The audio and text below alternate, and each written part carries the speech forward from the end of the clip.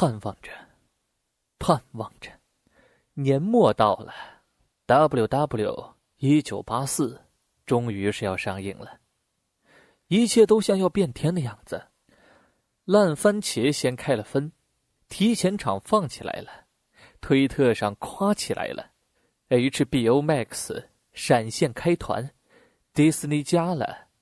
我是瓜皮儿，年末将至，神奇女侠1984终于是要上线了。今天这个视频啊，意在给走进影院前的各位不带任何新片剧透的补习一波观影前须知。首先帮各位简单回顾下这位荧幕上首位第一主角的女性超级英雄戴安娜·普林斯的故事。影版神奇女侠首次登场于2015年的超编大战正义黎明，在反派毁灭日的攻击下，这位由前超模盖尔加朵饰演的飒爽金国正面降临在超人和蝙蝠侠面前，给这两位大佬整了个面面相觑。极具感染力的背景音乐更是差点给电影换了名字。即使超编口碑铺盖，但是影版神奇女侠却依旧积累了极大的人气和期待。17年6月个人电影上线，果不其然呢，口碑票房双双炸裂，改变了 DCU 半死不活的状况。半年后的正义联盟没想到吧，我也给改回去了与超编中展现出的成年体戴安娜不同，神奇女侠把视角放在了一战时期女侠的起源故事。戴安娜出生于 DC 版女儿国天堂岛，是女王希伯吕忒和宙斯的女儿。出生便伴有着弑神之力的戴安娜，却一直宛如温室内的花朵般生活在母亲保护当中。但因个性使然，却又身负对抗战神阿瑞斯的使命。她从小便想成为如族人一样的骁勇善战的亚马逊女战士，并因此瞒着母亲接受了阿姨兼教官安尼奥提的训练。日益成长的戴安娜终究是渐渐发现了自己异于常人的能力，她也从母亲的故事中猜测到自己应面对命运。最终，天堂岛上的平静随着男子史蒂夫的到来而被彻底打破。不列颠精神小伙史蒂夫身着敌军卫衣，脚踏冒烟祥云，身后跟着一帮德意志杂鱼，没有防备也没有顾虑的一头扎进了戴安娜的世界里。人美心善的戴安娜公主见状，当然是前去救驾呀，毕竟一头金发，笑容灿烂，满脸写着亚萨西的男主怎么都拿不到反派剧本。岛中闻有此人，前来问讯。自云旧时受神之谕，率全族众人镇守此境，不复出言，虽与外人间隔，问今是何事，乃不知应得，无论一战。史蒂夫的到来让戴安娜得知当时的人类正在经受战乱之苦。戴安娜听罢，当即判断这是邪神阿瑞斯所为，而自己身为天堂岛公主，亚马逊族中最年轻最骁勇善战的战士，拯救人类于水火之中的任务她义不容辞。于是戴安娜带上全村最好的剑、最硬的甲和最神的道具，跟随史蒂夫来到了尘世之间。不谙世事的戴安娜一心只念尽快赶赴前线击败阿瑞斯，也便是在途中，她逐渐体会到人类社会的真实模样。人类是复杂的，而非如同她原先设想的那般单纯，而战争便是最能体现人性复杂的载体。战争背后隐藏的是极为复杂的政治。在史蒂夫的哄骗下，戴安娜和一众伙伴们踏上了通往前线的旅程。而我们都知道，肩负重大使命的主角团只要有合影的剧情出现，必将意味着团队付出巨大的牺牲。甚至连戴安娜暗生情愫的史蒂夫也献出了自己的生命。他排除万难，终于直面苦寻已久的阿瑞斯，神话中12大主神之一，自己同父异母的哥哥。阿瑞斯直接点破了戴安娜不切实际的幻想与天真，自己并非发动的战争，只是顺应了人性中的阴暗与邪恶，人类才是一切灾厄的始作俑者。戴安娜回想起出发前母亲也同样告诫过自己，人类并不值得被拯救。见到一直被看作邪恶化身的阿瑞斯，也给出了相似的说辞。戴安娜有了些许的动摇，但她一路上在人类社会经历的一切，都潜移默化地帮助她对人类形成了新的看法和认知。史蒂夫的离去更是她完成成长的瞬间。戴安娜虽然接受了人性复杂的现实，但同时也相信着人终将向善，他们值得被自己拯救。 I can save today, you can save the world。 但阿瑞斯不同的看法成为了他最终击败阿瑞斯的神力来源。戴安娜也由此从天堂岛的公主蜕变成为了守护人类的神奇女侠。作为极为成功的开篇作，神奇女侠的成功很大程度上是因为她出色地完成了关于角色、神性和人性的诠释。说完剧情，其实不难看出戴安娜的起源故事作为一部商业片，在剧情利益层次并不出彩，细细品来甚至是有些老套。戴安娜单纯的善战虽不能左右战争的走向，但她至少能靠自己的能力尽可能的去拯救保护人类。在史蒂夫等一众伙伴身上，他更是感受到了人类身上所蕴含的黄金般的精神，并由此获得了神力，最终成为了名副其实的超级英雄。这正是超英这一题材的叙事模式在凸显角色神性的同时无法绕开的通病。那对于这一现象最具概括性的解释，便是蜘蛛侠的本书经典的能力责任论了。你的权力越大，你的责任也就越大。正派的主角有着异于常人的能力，因此也应该承担保护帮助他人的职责。在上个世纪英雄们刚刚问世的漫画时期，这可能是这一题材故事通用的卖点。而如今将近1个世纪过去了，反而成为了超级英雄的形象在被建立的同时无法回避的痛点。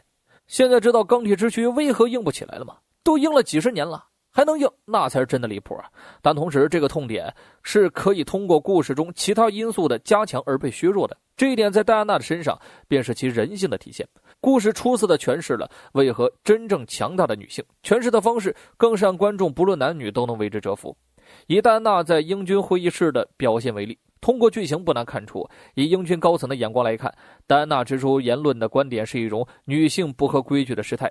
而戴安娜虽然情绪激动，但依旧在指责他们所做的决策。军方的落点落在了无关紧要的性别身上，而戴安娜的点却聚焦于内容本身。前后对比，高下立判，这本身就是一处对于向来强势的男权社会的有力回击。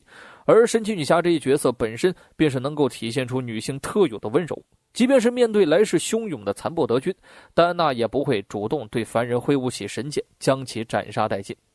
一个强大且温柔的形象跃然纸上。相比于同为正义联盟的3大巨头的大超和老爷，动不动就黑暗写实且残酷的内核，生而为人我到底要不要抱歉的人性探索，影版神奇女侠的形象明显更具亲和力，被更多观众所接受。如果说上述内容更容易受到女性观众的青睐，那戴安娜对人类看法的逐步完善必然会让不少男性观众感到熟悉。从小就抱有英雄梦的他们是最能体会到戴安娜成长中心态的变化。阿瑞斯在戴安娜最初认知中就是单纯邪恶的化身，因为在他们尚未成熟的心智中，一个故事就应该有绝对邪恶的反派等着被绝对正义的自己所击败。非黑即白的判断，邪不压正的英雄赞歌，是他们最初建立价值观的根本。而在自己真实生活中，他们也终究会如同戴安娜一样，认识到人性的复杂，社会的险恶，也会变成一个个的戴安娜或者是阿瑞斯。但一部商业电影能够将变化的过程用戏剧的方式呈现出来，这个故事又怎么能不受欢迎呢？没有啊，我开玩笑的。男人们其实就是单纯的喜欢看漂亮的女孩子穿着紧身衣和短裙打架嘛。而且如果是女孩子们，那就更好了。所以你看，豹女这不就在续作上登场了吗？也许是因为华纳吸取了之前《信条》在美国本土仅5000万票房的惨案，又或者是网飞、迪士尼家等一众流媒体平台所给予的竞争压力，1984最终还是选择在院线与流媒体平台同步上映。目前外网关于提前放映的反馈也是以夸赞较多，即使是有夸夸群的因素，但是1984大概率还是会比较叫座的。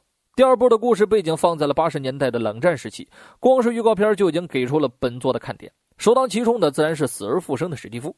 将近70年过去了，小伙除了头上添了几道皱纹外依然帅气，这科学吗？这不科学啊！且在后续的超编和正联中也不见史蒂夫的踪影。毫无疑问，这次他的回归必然会带来另一段精彩纷呈的故事。反派方面自然是很热闹啊。在正义联盟中，我们得知戴安娜融入人类社会后便致力于考古学的研究，之前提到的豹女芭芭拉·米涅瓦就是戴安娜在博物馆的同事。在原著中，他通过将被塞恩族的猎豹女神附身的弑神之刃捅向自己的胸口的方式，获得了足以跟神奇女侠五五开的能力。新52系列中更是有过单挑正义联盟的壮举，各位可以简单理解为 DC 宇宙中加强版的性转黑豹。另一位反派麦克斯·洛德在肉身能力上则逊色许多，却更加棘手。他最著名的战绩便是曾接管过一段时间分崩离析的正义联盟。在80年代末的入侵大事件中，麦克斯曾在一枚外星基因炸弹的意外事故中获得了心灵感应的能力，并一度借此修改了全部人类的记忆。那这次又是只要击败反派就是胜利的传统故事？非也。1984本身就是一个特殊的时间段中极为特殊的时间点，聚焦人文，社会进步发展使得社会资源逐渐丰富，开始滋生的消费主义也将人性欲望赤裸裸地暴露在空气中。放眼国际，到今天依旧棘手的中东乱局正是在80年代形成的。此外呢，1984更是美苏冷战中黎明前的黑暗。和威胁的阴霾笼罩在看似平淡祥和的生活之中，回头再看看第一波戴安娜的成长，还有本作即将出现的反派，是不是突然想到了什么？是的，如果说一战时期的戴安娜是再认识接纳复杂的人性，那她即将面对的危机则是选择相信人类后所必须面临的纯粹人性之恶。社会秩序可能再次崩塌，人类文明也可能因此灭亡。值得注意的是，史蒂夫这一人物本身意味着什么？对，他反而是戴安娜自身人性的体现。那么在这样的背景下，戴安娜亦或者说是神奇女侠会有什么应对呢？在他真正成为正联中独当一面的超级英雄前，他还需要经历什么呢？蝙蝠侠询问戴安娜为何曾跟人类并肩作战而又销声匿迹，究竟对应他的哪些过去呢？